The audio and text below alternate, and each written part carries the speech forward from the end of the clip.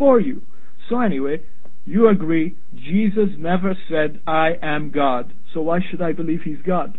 Should I take your word or Jesus' words?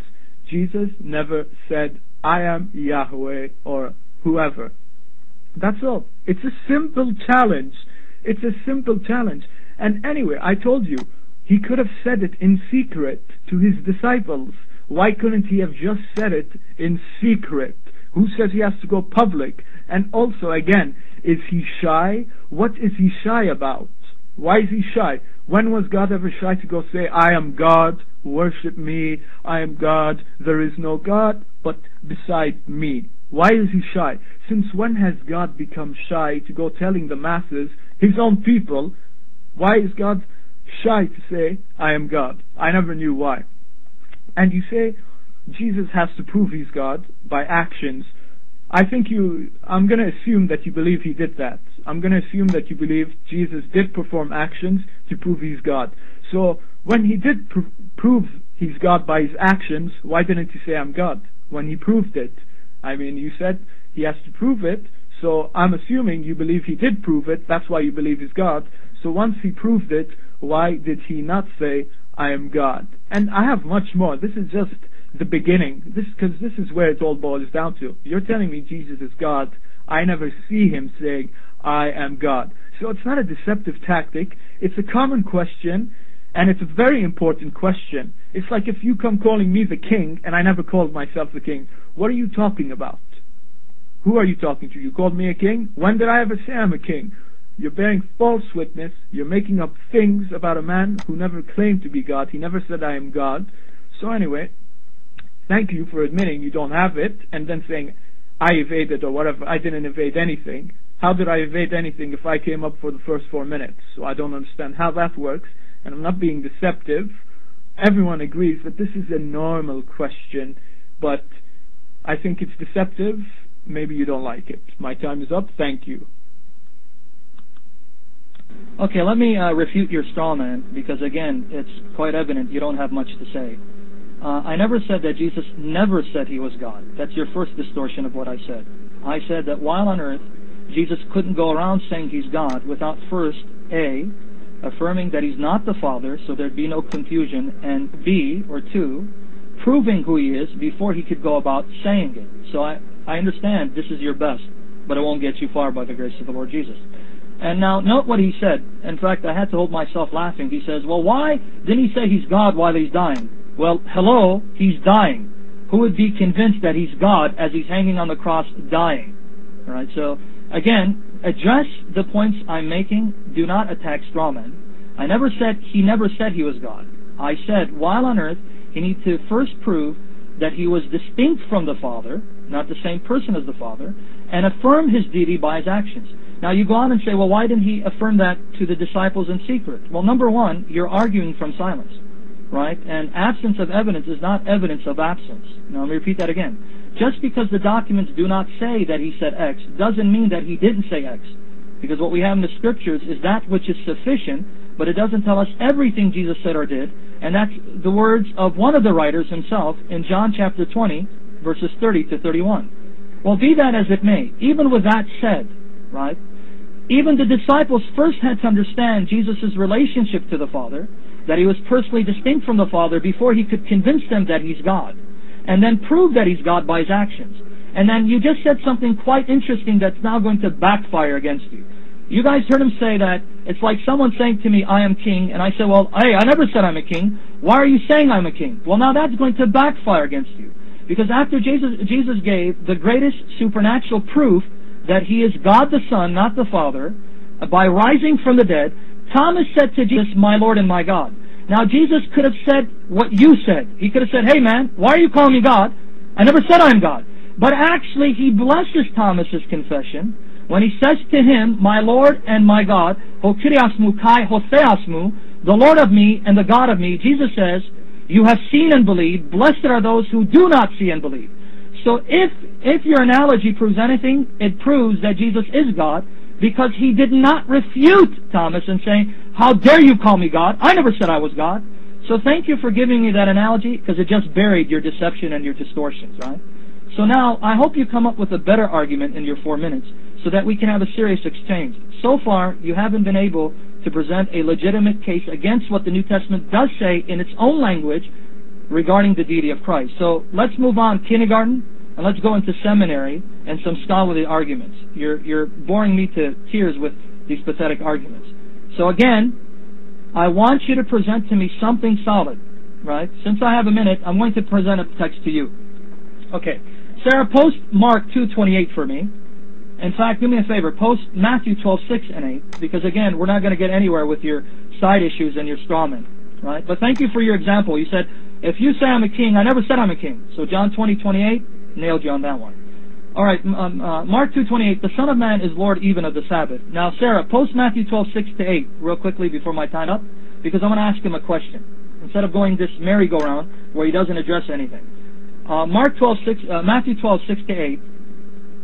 Here's what Jesus says. I tell you, something greater than the temple is here. Jesus is saying that he's greater than the temple. How greater? Verse 8, right? He says, for the Son of Man is Lord of the Sabbath. Jesus claims to be sovereign, the Lord of the Sabbath, something that only God can claim because the Sabbath belongs to God, and greater than the temple. No prophet and angel can be greater than the temple because the temple housed the glory of God. How could Jesus say that if he's not God? Please answer, don't run. You know, thank you. Your childish games on the microphone, coming and saying, I'm boring you to tears, you're going to laugh. That actually proves you're getting mad and annoyed, and you're getting smoked. So you want to give this evasion tactic that you're actually enjoying this. So thank you. Keep it up. Next time come on the mic, say it again. Thank you for that. That's what you do when you're losing a debate. You get these cheap points to try and get it out. Secondly, you come on the mic and you say, oh, why would Jesus say I'm God when I'm dying? That's hilarious.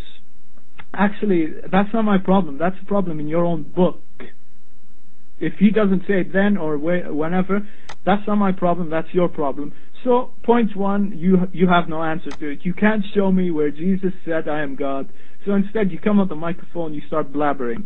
Anyway, thank you for bringing up what Thomas brought up. Because you bring up what Thomas brought up, but again, that's not Jesus speaking. That's not Jesus speaking. But now, since you brought up the disciple, let me show you what the other disciples said about Jesus. Because, since, as I said, I'm going to quote the disciples, because I knew you were going to bring them up, so I had to bring it up. So now let me get what the disciples said, and we're going to see, they actually called him the Son of God, and the Son of God doesn't ever mean God. So let me get it. Just hold 1 second. Anyway, it's in Matthew. When Simon Peter came up to him, Jesus asked him, who do you say I am? And what did the disciples say? What did he say? He said, you are truly the Son of God. And what did Jesus then say? He said, you have spoken the truth. I am the Christ. Tell no man. So wait a minute. Here we have his disciples calling him who? We have him calling him the Son of God. And then Jesus affirms. And then Jesus says, I am the Christ. So you have the other disciple, Thomas, who was just speaking when he was surprised, saying, my Lord and my God. It's not even exclusive to Jesus. We don't even know if he was talking about Jesus when he said, my Lord and my God. Why is he my Lord to you? I think you think that Lord means God. So why would Thomas say, my God and my God to Jesus? My God and my God. Is he speaking like that? Is he calling Jesus my God and my God? I don't think so. It's clear that Thomas was saying my Lord, referring to Jesus, and my God, referring to the Father. And the Lord doesn't refer to God. It doesn't always have to mean that. And please, no text. Anyway, and resurrection doesn't mean anything. How does resurrecting mean you're God? I don't know that. To me, that's nothing. No text, please. She just said amen. Who cares? Anyway, resurrection does not make you God. I don't know how that makes you God. Anyway, to resurrect means you're dead. Okay, now the text is going crazy. Please, everyone, no text. And can you give me 30 additional seconds for wasting my time and having to say this? Anyway, being resurrected, how does that make you God? To be resurrected means you died. And if you die, then you can't be God. To die means you're not God. God is all living. So anyway, Lord, as I said, it doesn't have to specifically mean being God. So being called the Lord of the Sabbath doesn't have to mean He's God. It can mean a title of honor. As we know, Jesus is given many titles of honor. He's given many titles of honor. So anyway, Lord doesn't mean God to me. Thomas saying, my God, my Lord and my God, to me it's saying my Lord referring to Jesus, my God referring to the Father. And we have other disciples who called Jesus the Son of God. The Son of God never meant God. And Jesus affirmed, and He said, truly, you have spoken the truth. I am who? I am the Christ. Not, I am God. He could have simply said, you have spoken the truth, and I am God. Instead, what did He say? He said, I am the Christ. Christ means Messiah. Messiah was never thought to be God. I have rabbis' quotes. They don't believe the Messiah is God. No, semi-God, demigod. He was a good man, the Messiah, a man of God, and so on. Never was God. So anyway, the microphone is yours, and please next time no text. Yeah, please no text. Sarah, please don't answer anything in the text. Just watch the room and just post references. I'd appreciate that. Answering Christianity, I want to give you some friendly advice. Please make sure you're reading your references, because obviously you're stammering on the mic and you're misquoting references. You said in Matthew 16, Peter said that to Jesus that He's the Son of God, and Jesus says, yes, I am the Christ. That's not what Jesus said. Let me even give you the reference, because you're not even quoting accurately. I want you to look at Matthew 16, verses 15 to 17. Peter says, you are the Christ, the Son of the living God. Jesus says, blessed are you, Simon, son of Jonah, for flesh and blood did not reveal this to you, but my Father in heaven. So yes, He did affirm He's the Son of God. That alone refutes Islam, but that will come in our second debate regarding Muhammad. Now, you gave two answers that were incoherent regarding Thomas's confession. You first said that Thomas was surprised at seeing Jesus. Then you came back and said that Thomas was addressing Jesus as Lord, but the Father as God. I'm sorry. Read the Greek text. The Greek text says He said to Him. It doesn't say He said to them. He said to Him, my Lord and my God. So He's addressing Christ, because the text makes it explicit. Said to Him. O kriasmu kai hotheasmu. In order to evade that, you came up with a very lame response by saying, well, what's He saying? My God, doesn't Lord here mean God? Well, actually, when you have the expression, my Lord and my God, Lord here means the sovereign one, the one who rules sovereignly and owns everything, and God refers to the fact that the entity is God in essence. So Lord refers to the sovereign one, and God refers to the fact that He's fully God in essence. So the Greek text refutes you. Nice evasion, but it doesn't work. And no, I'm not getting angry when I say that. I just got to call a spade a spade. In fact, I'm going to show you a similar text using similar language, and no one denies that it's referring to Yahweh. Sarah, can you post Psalm 35, verse 23? So answering Christianity in the next round, please make sure you quote your references correctly and come up with better arguments, because the Greek text is going to refute you and expose you. Even the English itself will refute you. The English is clear. He said to Him, not to them. Sarah, can you post Psalm 35, 23, please? I'm going to show you the similar language used of Yahweh that was used of Jesus by Thomas. Here, Psalm 35, 23. Awake and rouse yourself for my vindication, for my cause, my God and my Lord. The Greek translation of the Hebrew Psalm 35 reads, Ho theasmu kai ho kuriasmu. Now, using your illogic, David was speaking nonsense because he referred to Yahweh as my God and my Lord. He should have either just said my God and my God, or my Lord and my Lord.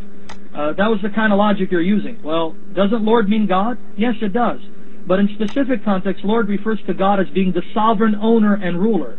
So when David calls Yahweh my God and my Lord, he's saying that Yahweh is God and the sovereign owner of all creation. When Thomas says, my Lord and my God, he says the same thing. The one who owns me, He's my Lord, I'm His slave. And the one who is my God, the one who creates, sustains, and gives life.